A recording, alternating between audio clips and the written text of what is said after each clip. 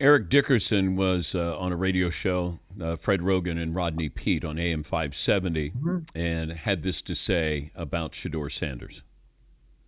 And I'll tell you this much here, what I heard from someone that's in the NFL, that the NFL told other, don't draft him, do not draft him. We're gonna make an example out of him. And this came from a very good source, And he said that, I won't say who, somebody called the Cleveland Browns and said, don't do that.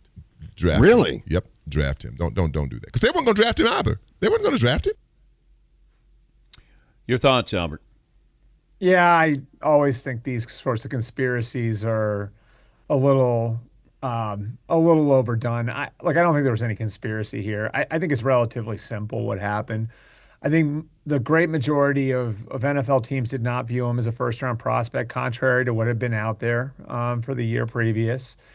And then I think what happens is once you get past the first round, you look at the history over the years, not a lot of quarterbacks go in the second or third rounds. It's just the reality of it, like that most teams look at it like if there's a guy who's going to be our long-term answer at the position, we just take him in the first round. And if a guy's not going to be your long-term answer at the position, then you probably aren't going to take him in the second or third round because you're going to be looking for a long-term answer at another position with those picks.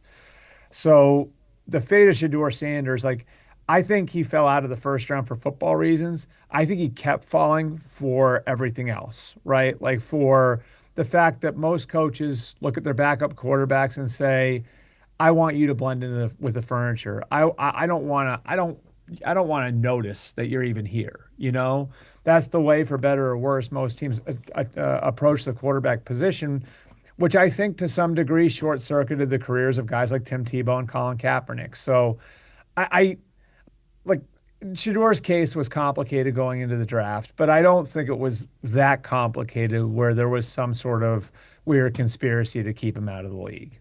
Yeah, from what I was told by a source, he didn't interview well. He kind of came in and he was interviewing teams instead of the other way around. Right. And you're right, he didn't have first-round talent. There was nothing exceptional about him except for maybe his toughness and his pedigree. But I can't imagine all of these owners getting together and somebody saying, hey, everybody, listen, don't draft Shedeur Sanders. Do I think the Browns – especially when there's somebody with the bullhorn that Dion has on the other side of it.